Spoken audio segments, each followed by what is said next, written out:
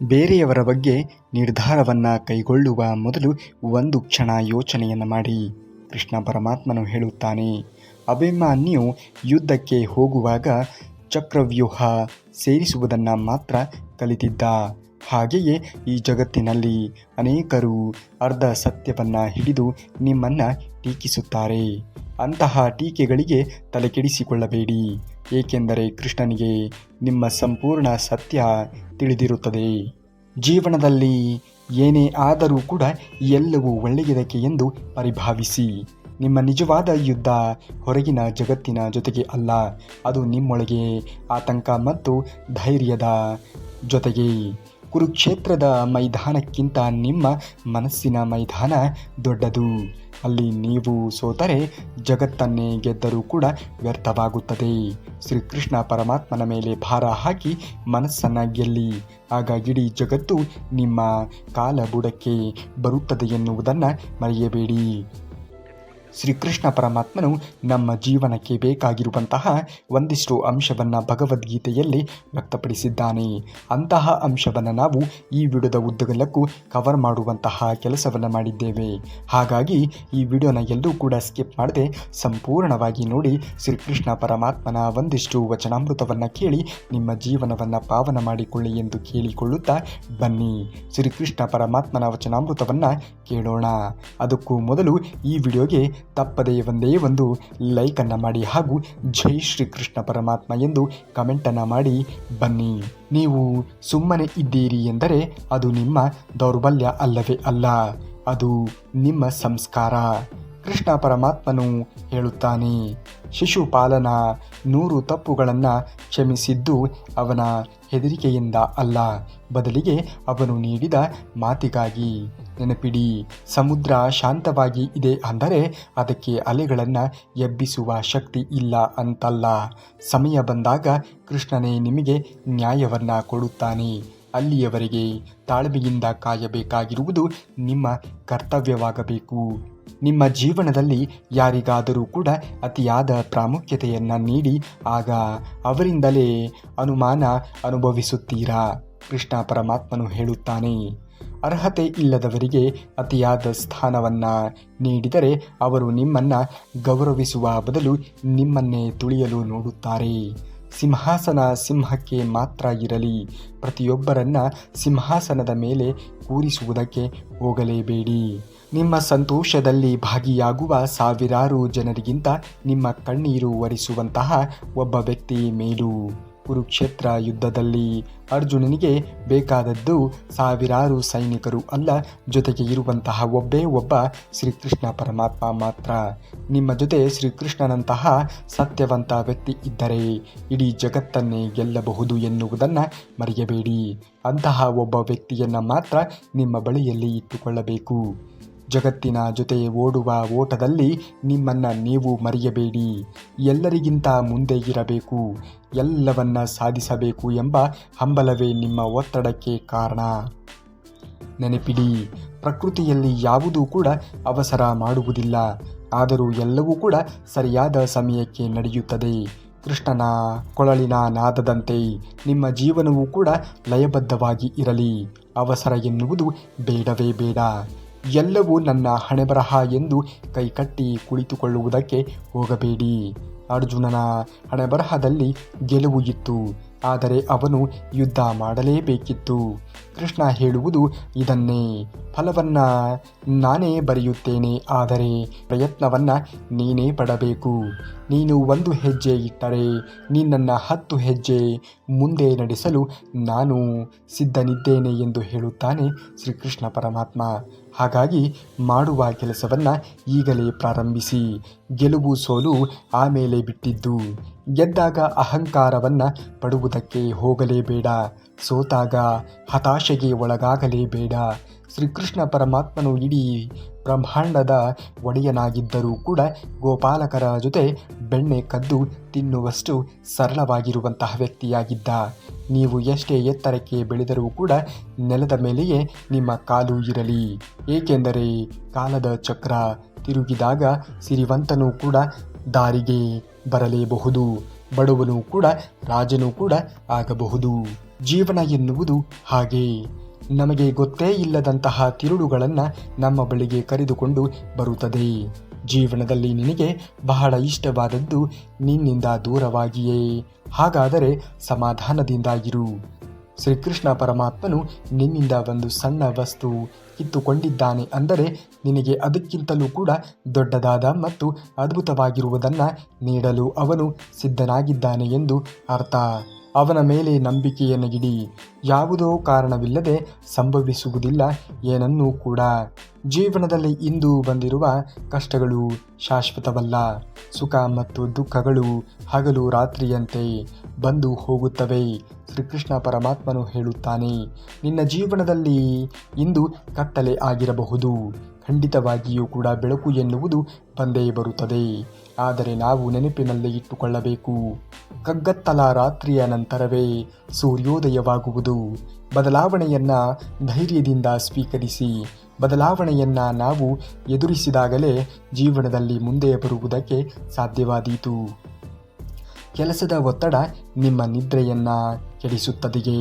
ಭಗವದ್ಗೀತೆಯಲ್ಲಿ ಕೃಷ್ಣ ಪರಮಾತ್ಮನು ಹೇಳುತ್ತಾನೆ, ಯಾರು ಸರಿಯಾದ ಸಮಯಕ್ಕೆ ವಿಶ್ರಾಂತಿಯನ್ನು ಪಡೆಯುತ್ತಾರೆಯೋ ಮತ್ತು ಕೆಲಸದಲ್ಲಿ ಶಿಸ್ತನ್ನು ಪಾಲಿಸುತ್ತಾರೆಯೋ ಅವರು ಒತ್ತಡವ ಮಾಯವಾಗುತ್ತದೆ. ಕುದುರೆ ಸವಾರಿ ಮಾಡುವವನು ಕುದುರೆಯನ್ನು ದಣಿಸಬಾರದು.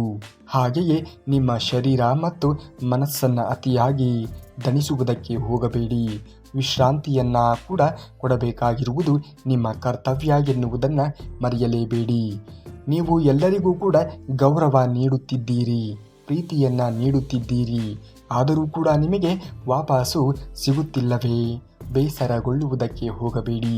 ಶ್ರೀಕೃಷ್ಣ ಪರಮಾತ್ಮನು ಹೇಳುತ್ತಾನೆ, ನೀವು ನೀಡುತ್ತಿರುವುದು ನಿಮ್ಮ ಸಂಸ್ಕಾರ, ಅವರು ನೀಡದೇ ಇರುವುದು ಅವರ ಗುಣ. ನಿಮ್ಮ ಒಳ್ಳೆಯತನವನ್ನು ಎಂದಿಗೂ ಕೂಡ ಬಿಟ್ಟು ಕೊಡಬೇಡಿ. ಏಕೆಂದರೆ ಕೃಷ್ಣನ ಲೆಕ್ಕಾಚಾರದಲ್ಲಿ ನಿಮ್ಮ ಪ್ರತಿ ನಡೆಯೂ ಕೂಡ ಬದಲಾವಣೆ ಆಗುತ್ತದೆ. ಫಲ ಖಂಡಿತವಾಗಿಯೂ ಕೂಡ ಸಿಕ್ಕೇ ಸಿಗುತ್ತದೆ. ನಿಮ್ಮ ಕರ್ತವ್ಯದ ಮೇಲೆ ನಿಮಗೆ ನಿಷ್ಠೆ ಇರಲಿ, ಪ್ರಾಮಾಣಿಕತೆ ಇರಲಿ. ನೀವು ಇಂದಿನ ನೆಮ್ಮದಿಯನ್ನು ನಾಳೆಯ ಚಿಂತನೆಯಲ್ಲಿ ಕಳೆಯುತ್ತಿದ್ದೀರಿ. ಕೃಷ್ಣ ಪರಮಾತ್ಮನು ಹೇಳುತ್ತಾನೆ, ನಿಮ್ಮ ಕೈಯಲ್ಲಿ ಇಲ್ಲದೆ ಇರುವಂತಹ ವಿಷಯದ ಬಗ್ಗೆ ಅತಿಯಾಗಿ ಯೋಚಿಸುವುದು ಒತ್ತಡಕ್ಕೆ ಕಾರಣವಾಗುತ್ತದೆ ಎಂದು. ಸಮುದ್ರದ ಅಲೆಗಳನ್ನು ನಿಲ್ಲಿಸಲು ಯಾರಿಂದಲೂ ಕೂಡ ಸಾಧ್ಯವಿಲ್ಲ. ಹಾಗೆಯೇ ಜೀವನದ ಸಂಕಷ್ಟಗಳನ್ನು ತಡೆಯಲು ಸಾಧ್ಯವೇ ಇಲ್ಲ. ಅಲೆಗಳ ಮೇಲೆ ಸವಾರಿ ಮಾಡುವುದನ್ನು ಕಲಿಯಬೇಕು. ಅಂದರೆ ಕೃಷ್ಣನ ಮೇಲೆ ನಂಬಿಕೆಯನ್ನು ಇಟ್ಟು ಶಾಂತವಾಗಿ ಇರಲು ಕಲಿಯಬೇಕು. ನಿಮ್ಮ ಆರೋಗ್ಯ ನಿಮ್ಮ ಕೈಯಲ್ಲಿ ಇದೆ ಎನ್ನುವುದನ್ನು ಮರೆಯಲೇಬೇಡಿ. ಕೃಷ್ಣ ಭಗವದ್ಗೀತೆಯಲ್ಲಿ ಹೇಳುತ್ತಾನೆ, ಯಾರು ಅತಿಯಾಗಿ ತಿನ್ನುತ್ತಾರೆಯೋ ಅಥವಾ ತೀರಾ ಕಡಿಮೆ ತಿನ್ನುತ್ತಾರೆಯೋ ಅವರಿಗೆ ಯೋಗ ಎನ್ನುವುದು ಸಿದ್ಧಿ ಆಗದು. ಮಿತವಾದ ಆಹಾರ ಮತ್ತು ಸರಿಯಾದ ನಿದ್ರೆ ಮಾತ್ರ ಮನುಷ್ಯನ ಎಲ್ಲ ರೋಗಗಳನ್ನು ಮತ್ತು ದುಃಖಗಳನ್ನು ದೂರ ಮಾಡುತ್ತದೆ. ಶರೀರವೇ ನಮಗೆ ಮುಖ್ಯವಾಗಿ ಬೇಕಾಗಿರುವಂಥದ್ದು. ಕೃಷ್ಣನ ದೇಗುಲ ಅದನ್ನು ಆರೋಗ್ಯವಾಗಿಸುವುದು ನಿಮ್ಮ ಧರ್ಮ. ಜೀವನದಲ್ಲಿ ನೀವು ಧರ್ಮವನ್ನು ಪಾಲನೆ ಮಾಡಿ. ದೇವರು ನಿಮಗೆ ಎಲ್ಲವನ್ನ ಕರುಣಿಸುತ್ತಾನೆ. ಅಧರ್ಮಕ್ಕೆ ಎಂದಿಗೂ ಕೂಡ ಬೆಂಬಲವನ್ನು ನೀಡಬೇಡಿ. ಎಲ್ಲವೂ ಮುಗಿದು ಹೋಯಿತು ನಮ್ಮ ಜೀವನದಲ್ಲಿ ಅಂದಾಗ, ಇನ್ನು ನನ್ನಿಂದ ಸಾಧ್ಯವೇ ಇಲ್ಲ ಎಂದು ಅನಿಸಿಕೊಂಡಾಗ ಶ್ರೀಕೃಷ್ಣ ಪರಮಾತ್ಮನು ಹೇಳುತ್ತಾನೆ, ಒಂದು ಮರದಿಂದ ಹಣ್ಣು ಉದರಿದರೆ ಅದು ಅಂತ್ಯ ಅಲ್ಲವೇ ಅಲ್ಲ. ಹೊಸ ಮರ ಹುಟ್ಟಲು ಅದೊಂದು ನಾಂದಿ ಅನ್ನುವುದನ್ನು ಮರೆಯಬೇಡಿ. ನಿಮ್ಮ ಸೋಲು ನಿಮ್ಮ ಅಂತ್ಯ ಅಲ್ಲವೇ ಅಲ್ಲ, ಅದು ನಿಮ್ಮ ಹೊಸ ಅವತಾರ.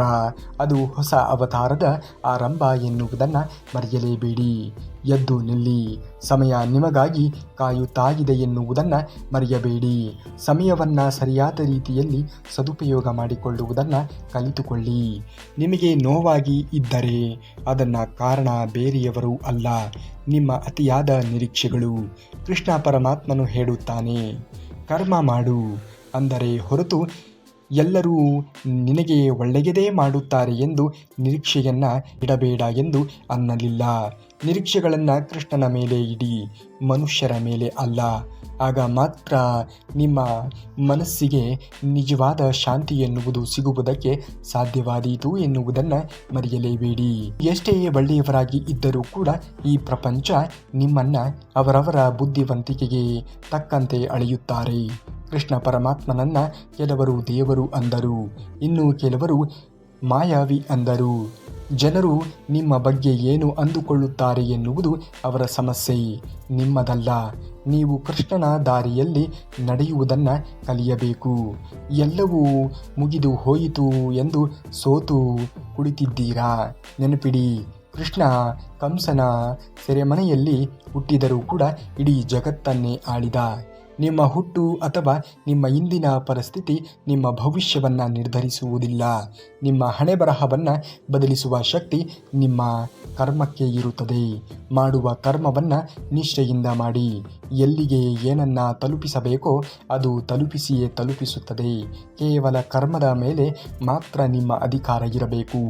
ಎಲ್ಲರನ್ನ ಒಳ್ಳೆಯವರು ಎಂದು ನಂಬಿ ಮೋಸ ಹೋಗಿದ್ದೀರಾ? ಕೃಷ್ಣ ಪರಮಾತ್ಮನು ಹೇಳುತ್ತಾನೆ, ಕತ್ತಲೆಯಲ್ಲಿ ನಿಮ್ಮ ನೆರಳು ಕೂಡ ನಿಮ್ಮನ್ನು ಬಿಟ್ಟು ಹೋಗುತ್ತದೆ.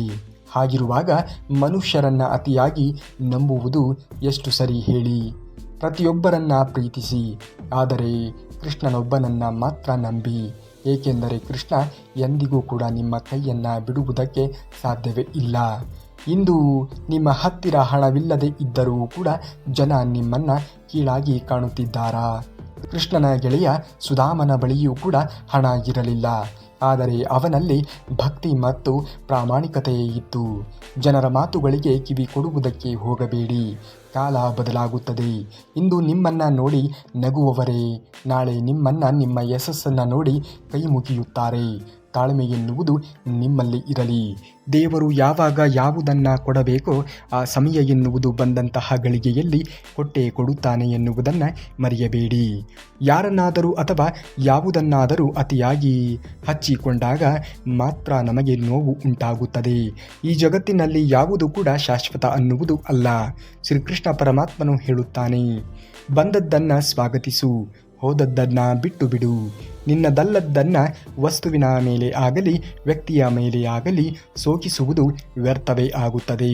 ಖಾಲಿ ಕೈಯಿಂದ ಬಂದ ನೀನು ಇಲ್ಲೇ ಎಲ್ಲವನ್ನ ಪಡೆದಿದ್ದೀಯಾ, ಇಲ್ಲೇ ಬಿಟ್ಟು ಹೋಗುತ್ತೀಯಾ ಎನ್ನುವ ಸತ್ಯವನ್ನು ಅರಿತು ಜೀವನವನ್ನು ಮಾಡು.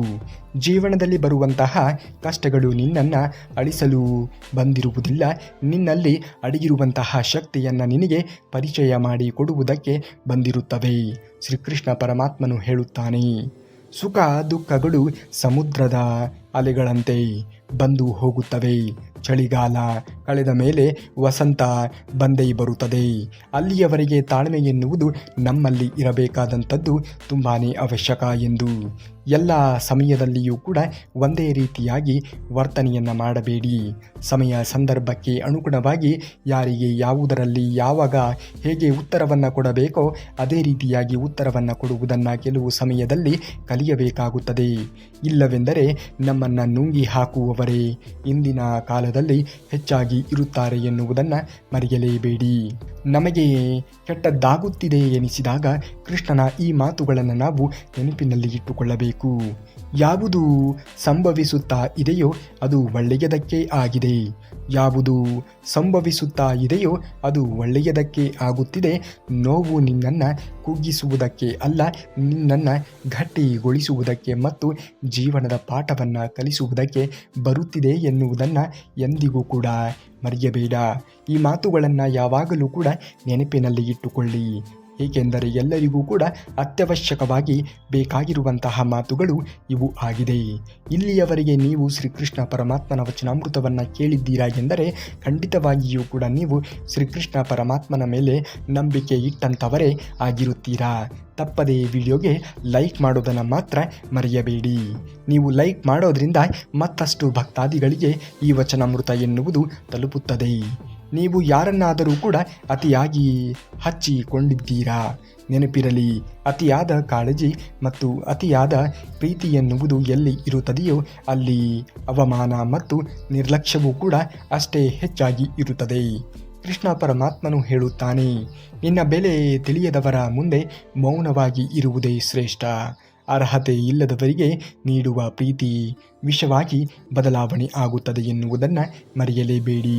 ಬೇರೆಯವರನ್ನು ಮೆಚ್ಚಿಸಲು ಹೋಗಿ ನಿಮ್ಮ ಮೂಲ ಗುಣವನ್ನು ಬದಲಿಸಿಕೊಳ್ಳಬೇಡಿ. ಕೃಷ್ಣ ರಾಕ್ಷಸರ ಮುಂದೆ ಗಂಭೀರವಾಗಿ ಇದ್ದ, ಆದರೆ ಪ್ರೀತಿ ನೀಡುವವರ ಮುಂದೆ ಮಗುವಾಗಿ ಇದ್ದ. ನೀವು ಯಾರ ಮುಂದೆ ಹೇಗೆ ಇರಬೇಕು ಎನ್ನುವುದು ನಿಮ್ಮ ನಿರ್ಧಾರವಾಗಿರಲಿ. ನನ್ನವರು ಅಂದುಕೊಂಡವರೇ ನಮಗೆ ಮೋಸವನ್ನ ಮಾಡಿದರು ಎಂಬ ನೋವು ನಿಮ್ಮಲ್ಲಿ ಇದೆಯೇ? ಪಾಂಡವರಿಗೆ ಮೋಸ ಮಾಡಿದ್ದು ದಾಯಾದಿಗಳೇ ಎನ್ನುವುದು ನೆನಪಿನಲ್ಲಿ ಇರಲಿ. ಕೃಷ್ಣ ಹೇಳುತ್ತಾನೆ, ನಿಮ್ಮ ಹತ್ತಿರದವರೇ ನಿಮ್ಮ ಶತ್ರುಗಳಾದಾಗ ಹೆದರಬೇಡಿ. ಧರ್ಮ ಮತ್ತು ಸತ್ಯ ನಿಮ್ಮ ಕಡೆಗೆ ಇದ್ದರೆ ನಾನು ಶ್ರೀಕೃಷ್ಣ ಪರಮಾತ್ಮ ನಿಮ್ಮನ್ನು ಎಲ್ಲ ಕಷ್ಟಗಳಿಂದ ಪಾರು ಮಾಡುತ್ತೇನೆ. ನನ್ನನ್ನು ನಂಬಿ ಎಲ್ಲವೂ ಕೂಡ ಬಗೆಹರಿಯುತ್ತದೆ ಎಂದು. ನನ್ನದು ಅಂತ ಯಾವುದನ್ನ ಅತಿಯಾಗಿ ಹಚ್ಚಿಕೊಳ್ಳುವುದಕ್ಕೆ ಹೋಗಬೇಡಿ. ಇಂದು ನಿಮ್ಮಲ್ಲಿ ಇರುವುದು ನಿನ್ನೆ ಇನ್ನೊಬ್ಬರ ಹತ್ತಿರವಿತ್ತು, ನಾಳೆ ಅದು ಮತ್ತೊಬ್ಬರ ಪಾಲಾಗುತ್ತದೆ. ಬದಲಾವಣೆ ಎನ್ನುವುದು ಈ ಜಗತ್ತಿನ ನಿಯಮ. ಬಂದದ್ದನ್ನು ಪ್ರೀತಿಯಿಂದ ಸ್ವೀಕರಿಸಿ, ಹೋದದ್ದನ್ನು ಗೌರವದಿಂದ ಬಿಟ್ಟು ಬಿಡಿ. ಇದೇ ಜೀವನದ ಪರಮ ಸತ್ಯ. ಇದನ್ನು ಅರಿತು ಜೀವನವನ್ನು ಮಾಡುವುದನ್ನು ನೋಡಿ. ಯಾವುದು ಕೂಡ ಇಲ್ಲಿ ಶಾಶ್ವತ ಅನ್ನುವುದು ಇಲ್ಲ. ಬರೀ ಮಾತಿನಲ್ಲಿ ಹೇಳುವುದು ಆಗಬಾರದು, ಅದನ್ನು ಜೀವನದಲ್ಲಿ ಅಳವಡಿಸಿಕೊಳ್ಳುವುದು ಕೂಡ ಆಗಬೇಕು. ಬರೀ ಹಣವಿದ್ದರೆ ಜೀವನದಲ್ಲಿ ಗೆದ್ದಂತೆ ಅಲ್ಲ. ಕೃಷ್ಣನ ಬಳಿ ಇಡೀ ಪ್ರಪಂಚದ ಸಂಪತ್ತು ಇದ್ದರೂ ಕೂಡ ಅವನು ಸುಖ ಕಂಡಿದ್ದು ಗೋಪಾಲಕರ ಸರಳ ಪ್ರೀತಿಯಲ್ಲಿ ಮತ್ತು ಮೌನವಾದ ಯಮುನಾ ತೀರದಲ್ಲಿ.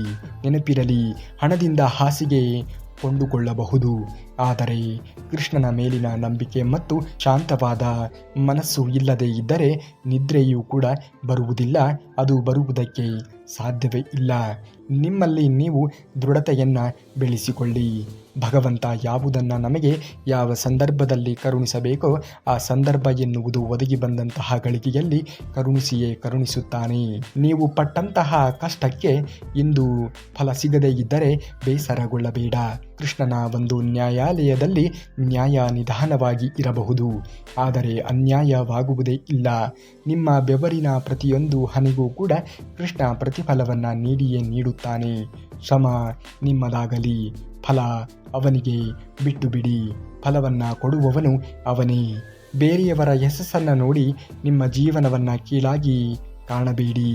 ಕೃಷ್ಣ ಎಲ್ಲರಿಗೂ ಕೂಡ ಬೇರೆ ಬೇರೆ ಸಮಯದಲ್ಲಿ ಅದೃಷ್ಟವನ್ನು ನೀಡುತ್ತಾನೆ. ಹೂವುಗಳು ಅರಳಲು ಅದರದ್ದೇ ಆದ ಸಮಯ ಬೇಕು. ನೀವು ಸಮಯವೇ ಬಂದೇ ಬರುತ್ತದೆ. ಅಲ್ಲಿಯವರೆಗೆ ನಿಮ್ಮಲ್ಲಿ ಸಮಾಧಾನ ಎನ್ನುವುದು ಮೈಗೂಡಿಸಿಕೊಳ್ಳಿ. ಆಗುವುದೆಲ್ಲ ಒಳ್ಳೆಯದೇ ಆಗುತ್ತದೆ ಎನ್ನುವುದನ್ನು ಮರೆಯಲೇಬೇಡಿ. ಎಲ್ಲರಿಗೂ ಕೂಡ ಒಂದೊಂದು ಕಾಲ ಎನ್ನುವುದು ಇದ್ದೇ ಇರುತ್ತದೆ. ಈಗ ಅವರ ಕಾಲ ನಡೆಯುತ್ತಾ ಇರಬಹುದು, ನಾಳೆಯ ದಿವಸ ನಿಮ್ಮ ಕಾಲವೂ ಕೂಡ ಬಂದೇ ಬರುತ್ತದೆ. ಬೇರೆಯವರು ನಿಮ್ಮ ಬಗ್ಗೆ ಏನು ಮಾತನಾಡುತ್ತಿದ್ದಾರೆ ಎನ್ನುವುದು ಮುಖ್ಯವಲ್ಲ. ನೀವು ನಿಮ್ಮ ಬಗ್ಗೆ ಏನು ಯೋಚಿಸುತ್ತಾ ಇರುವಿರಿ ಎನ್ನುವುದು ಮುಖ್ಯ. ಸೂರ್ಯನ ಬೆಳಕನ್ನು ಅಂಗೈಯಿಂದ ಮುಚ್ಚಲು ಸಾಧ್ಯವೇ ಇಲ್ಲ. ಹಾಗೆಯೇ ನಿಮ್ಮ ಯೋಗ್ಯತೆಯನ್ನು ಬೇರೆಯವರ ಮಾತುಗಳು ಕುಗ್ಗಿಸಲು ಸಾಧ್ಯವೇ ಇಲ್ಲ. ಕೃಷ್ಣನ ಮೇಲೆ ಭಾರ ಹಾಕಿ ನಿಮ್ಮ ಹಾದಿಯಲ್ಲಿ ಮುಂದುವರಿಯುವುದನ್ನು ನೋಡಿ. ಎಲ್ಲವನ್ನೂ ಕೂಡ ಅವನೇ ನೋಡಿಕೊಳ್ಳುತ್ತಾನೆ. ಮಾಡುವ ಕೆಲಸದಲ್ಲಿ ನಿಷ್ಠೆ, ಪ್ರಾಮಾಣಿಕತೆ, ಭಕ್ತಿ ಎನ್ನುವುದು ತುಂಬಿರಲಿ. ಸದಾಕಾಲ ಧರ್ಮಯುತವಾಗಿರುವಂತಹ ದಾರಿ ನಿಮ್ಮಲ್ಲಿ ಅಡಗಿರಲಿ. ನೀವು ಅಂದುಕೊಂಡಿದ್ದು ನಡೆಯದೇ ಇದ್ದಾಗ ಏಕೆ ಎಂದು ಪ್ರಶ್ನಿಸಬೇಡಿ. ನೆನಪಿರಲಿ, ನಿಮ್ಮ ಯೋಚನೆಗಿಂತ ಕೃಷ್ಣನ ಯೋಚನೆ ದೊಡ್ಡದಾಗಿಯೇ ಇರುತ್ತದೆ. ನಿಮ್ಮ ನಾಳೆಯ ಬಗ್ಗೆ ಅತಿಯಾಗಿ ಚಿಂತಿಸುವುದನ್ನು ನಿಲ್ಲಿಸಿ. ಇಂದಿನ ಕರ್ತವ್ಯದ ಮೇಲೆ ಗಮನವನ್ನು ಕೊಡಿ. ಕೃಷ್ಣ ಇರುವಾಗ ನಾಳೆಯ ಭಯ ನಿಮಗೇಕೆ? ನೀವು ಮಾಡಿರೋ ಒಳ್ಳೆಯ ಕೆಲಸ ಯಾರಿಗೂ ಕೂಡ ಕಾಣಿಸುವುದಿಲ್ಲ ಅಂತ ದುಃಖ ಪಡಬೇಡಿ. ನೆನಪಿರಲಿ, ಸೂರ್ಯ ಹುಟ್ಟುವ ದೃಶ್ಯ ತುಂಬ ಸುಂದರವಾಗಿ ಇದ್ದರೂ ಕೂಡ ಅದನ್ನು ನೋಡುವವರು ತುಂಬ ಕಮ್ಮಿ ಜನ ಇರುತ್ತಾರೆ. ಅಂದರೆ ಸೂರ್ಯ ತನ್ನ ಕೆಲಸವನ್ನು ನಿಲ್ಲಿಸಲು ನೀವು ನಿಲ್ಲಿಸಬೇಡಿ. ಜಗತ್ತಿನಲ್ಲಿ ನಿಮ್ಮ ಕೆಲಸವನ್ನು ನೀವು ಮಾಡುತ್ತಾ ಮುಂದುವರಿಯುವುದನ್ನು ನೋಡಿ.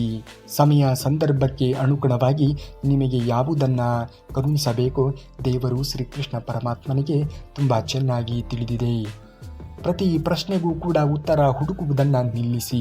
ಕೆಲವೊಮ್ಮೆ ಮೌನ ಮಾತ್ರ ನಮ್ಮ ಮನಸ್ಸಿಗೆ ಶಾಂತಿಯನ್ನು ನೀಡುತ್ತದೆ. ಕೃಷ್ಣನ ಕೊಳಲು ಮೌನವಾಗಿ ಇದ್ದಾಗ ಮಾತ್ರ ಸಂಗೀತ ಮಧುರವಾಗಿರುತ್ತದೆ. ನಿಮ್ಮ ಮನಸ್ಸು ಶಾಂತವಾಗಿ ಇಟ್ಟುಕೊಳ್ಳುವುದನ್ನು ನೋಡಿ. ಯಾವುದು ನಿಮಗೆ ಸಿಗಬೇಕೋ ಸಮಯ ಬಂದಂತಹ ಗಳಿಗೆಯಲ್ಲಿ ಸಿಕ್ಕೇ ಸಿಗುತ್ತದೆ ಎನ್ನುವುದನ್ನು ಮರೆಯಲೇಬೇಡಿ. ಈ ಲೋಕದಲ್ಲಿ ಪ್ರತಿಯೊಬ್ಬ ವ್ಯಕ್ತಿ ತನಗೆ ಅವಶ್ಯಕತೆ ಇದ್ದಾಗ ಮಾತ್ರ ನಿಮ್ಮನ್ನು ನೆನಪು ಮಾಡಿಕೊಳ್ಳುತ್ತಾನೆ. ಆದರೆ ಬೇಜಾರು ಮಾಡಿಕೊಳ್ಳುವುದಕ್ಕೆ ಹೋಗಬೇಡಿ. ಏಕೆಂದರೆ ದೀಪ ನೆನಪಾಗುವುದು ಕತ್ತಲಲ್ಲಿ ಇರುವ ಕಡೆ ಮಾತ್ರ. ನೀವು ಲೋಕಕ್ಕೆ ಬೆಳಕು ನೀಡುವ ದೀಪ ಅಂತ ನೆನಪಲ್ಲಿ ಇರಲಿ. ನಿಮ್ಮನ್ನು ಆ ಗಳಿಗೆಯಲ್ಲಾದರೂ ಕೂಡ ನೆನಪು ಮಾಡಿಕೊಳ್ಳುತ್ತಾರಲ್ಲ ಎನ್ನುವ ಗರ್ವ ನಿಮ್ಮಲ್ಲಿ ಇರಲಿ. ನಾಳೆ ಏನಾಗುತ್ತದೆ ಅಂತ ಯೋಚಿಸಿ ಏಕೆ ಈಗ ನೀವು ನಿಮ್ಮ ನೆಮ್ಮದಿಯನ್ನು ಕಳೆದುಕೊಳ್ಳುತ್ತಿರುವಿರಿ. ಕುರುಕ್ಷೇತ್ರದ ಮುಂದೆ ನಿಮ್ಮ ಅರ್ಜುನನೂ ಕೂಡ ತುಂಬ ಗೊಂದಲಕ್ಕೆ ಈಡಾಗಿದ್ದ. ಆದರೆ ಕೃಷ್ಣ ಹೇಳಿದ್ದು ಅದನ್ನೇ. ಇಂದು ಏನಿದೆ ಅದರ ಮೇಲೆ ಗಮನವನ್ನು ಕೊಡು. ನಾಳೆ ನಾನು ನೋಡುತ್ತೇನೆ ಎನ್ನುವ ನಂಬಿಕೆಗಿರಲಿ. ಇಂದಿನ ಕೆಲಸವನ್ನು ಪ್ರಾಮಾಣಿಕವಾಗಿ ಮಾಡು. ನಾಳೆಯದರ ಬಗ್ಗೆ ಯೋಚನೆಯನ್ನು ಮಾಡುವುದಕ್ಕೆ ಹೋಗಬೇಡ. ಇಂದು ಪ್ರಸ್ತುತ ಯಾರು ಯೋಚನೆಯನ್ನು ಮಾಡುತ್ತಾರೆಯೋ, ಪ್ರಸ್ತುತವಾಗಿರುವಂತಹ ಸಮಯವನ್ನು ಯಾರು ಸರಿಯಾದ ರೀತಿಯಲ್ಲಿ ಸದುಪಯೋಗ ಮಾಡಿಕೊಳ್ಳುತ್ತಾರೆಯೋ ಅವರು ಮಾತ್ರ ಜೀವನದಲ್ಲಿ ಮುಂದೆ ಬರುವುದಕ್ಕೆ ಸಾಧ್ಯವಾದೀತು. ಯಾರಾದರೂ ನಮಗಾಗಿ ಕಾಯುತ್ತಾ ಇದ್ದಾರೆ ಅಂದರೆ ನಾವು ಅದೃಷ್ಟವಂತರು ಎಂದರ್ಥ. ಆ ಕಾಯುವಿಕೆಯನ್ನು ಕಡೆಗಣಿಸಬೇಡಿ. ಕಾಲ ಬದಲಾಗಿದೆ, ಕಾಯುವವರು ಬದಲಾಗಬಹುದು. ಮನಸ್ಸಿಗೆ ಹತ್ತಿರವಾದವರು ಕೂಡ ದೂರ ಹೋಗಬಹುದು. ಕಾಡುವ ನೋವಿಗಿಂತ ಜೊತೆಯಲ್ಲೇ ಇದ್ದು ದೂರವಾದಂತೆ ನಟಿಸುವುದು ನೋವು ತುಂಬಾ ದೊಡ್ಡದ್ದು. ಅತಿಯಾದ ನಂಬಿಕೆ ಯಾರ ಮೇಲೆಯೂ ಕೂಡ ಇಡುವುದಕ್ಕೆ ಹೋಗಲೇಬೇಡಿ. ನಿಮಗೆ ಮೋಸ ಮಾಡಿದವರ ಬಗ್ಗೆ ಯೋಚನೆಯನ್ನು ಮಾಡಬೇಡಿ. ನಿಮ್ಮ ಅತ್ಯಮೂಲ್ಯವಾಗಿರುವಂತಹ ಸಮಯವನ್ನು ಹಾಳು ಮಾಡಿಕೊಳ್ಳಬೇಡಿ. ನೀವು ಶ್ರೀಕೃಷ್ಣ ಪರಮಾತ್ಮನ ಭಕ್ತರೇ ಆಗಿದ್ದರೆ ತಪ್ಪದೇ ಈ ವಿಡಿಯೋಗೆ ಲೈಕನ್ನು ಮಾಡಿ ಹಾಗೂ ಚಾನಲ್ನ ಸಬ್ಸ್ಕ್ರೈಬ್ ಮಾಡಿಕೊಳ್ಳಿ. ಈ ವಿಡಿಯೋಗೆ ಹೈಪ್ ಮಾಡೋದನ್ನು ಮಾತ್ರ ಮರೆಯಬೇಡಿ. ಸಿಗುತ್ತೇನೆ ನಾಳೆ ಮತ್ತಷ್ಟು ಶ್ರೀಕೃಷ್ಣ ಪರಮಾತ್ಮನ ವಚನಾಮೃತದೊಂದಿಗೆ. ಅಲ್ಲಿಯವರೆಗೆ ಧನ್ಯವಾದ. ಕರುನಾಡಿಗೆ.